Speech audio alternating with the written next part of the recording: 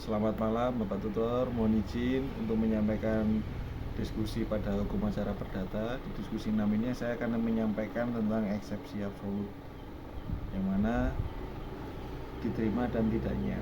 Eksepsi mengenai ketidaksewenangan pengadilan untuk mengadili perkara, khususnya eksepsi absolut, adalah keberatan tergugat yang menyatakan bahwa pengadilan yang memeriksa perkara sama sekali tidak berwenang karena sifat perkaranya, misalnya perdata diajukan ke pengadilan agama atau sebaliknya. Jika tergugat mengajukan eksepsi absolut, hakim wajib mempertimbangkan dan memutuskan eksepsi tersebut terlebih dahulu sebelum memeriksa pokok perkara. Putusan yang dijatuhkan untuk mengadili eksepsi ini disebut putusan sela. Yang pertama, akibat hukum jika eksepsi absolut diterima atau dikabulkan.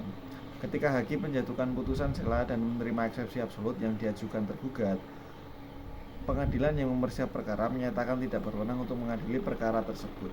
Kedua, gugatan penggugat dinyatakan tidak dapat diterima. Ini berarti pengadilan tidak masuk ke pemeriksaan materi pokok perkara.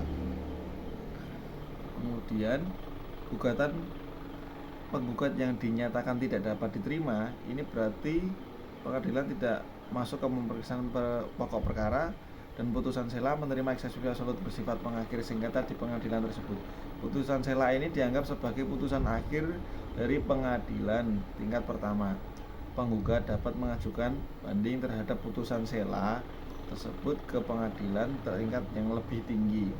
Penggugat masih memiliki hak untuk mengajukan kembali gugatannya ke pengadilan yang berwenang, misalnya jika sebelumnya diajukan ke pengadilan negeri, maka harus diajukan ke pengadilan tata usaha negara atau sebaliknya sesuai sifat perkaranya.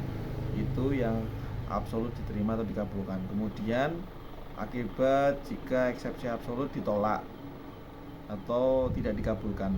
Ketika hakim menjatuhkan hukum putusan sela dan menolak eksepsi absolut yang diajukan tergugat, maka pengadilan yang memeriksa perkara menyatakan berwenang untuk mengadili perkara tersebut. Kemudian pemeriksaan perkara dilanjutkan ke tahap berikutnya, yaitu pemeriksaan terhadap pokok perkara dan eksepsi atau jawaban lainnya. Tidak ada itu. Putusan sela yang menolak eksepsi absolut bersifat insidentil dan tidak mengakhiri sengketa. Tergugat tidak dapat langsung mengajukan banding atau kasasi terhadap putusan sela yang menolak eksepsi absolut. Keberatan terhadap penolakan eksepsi tersebut harus dimasukkan kembali ke memori banding atau kasasi bersama-sama dengan keberatan atau atas putusan akhir pokok perkara. Jadi kesimpulannya, eksepsi absolut itu masalah sangat mendasar. Jika diterima, proses persidangan langsung berhenti karena pengadilan tersebut keliru sejak awal. Jika ditolak, proses berlanjut untuk menguji kebenaran materi gugatan. Demikian jawaban dari saya. Lebih kurangnya mohon maaf Bapak, apabila ada kurang mohon untuk dikoreksi. Terima kasih. Wassalamualaikum warahmatullahi wabarakatuh.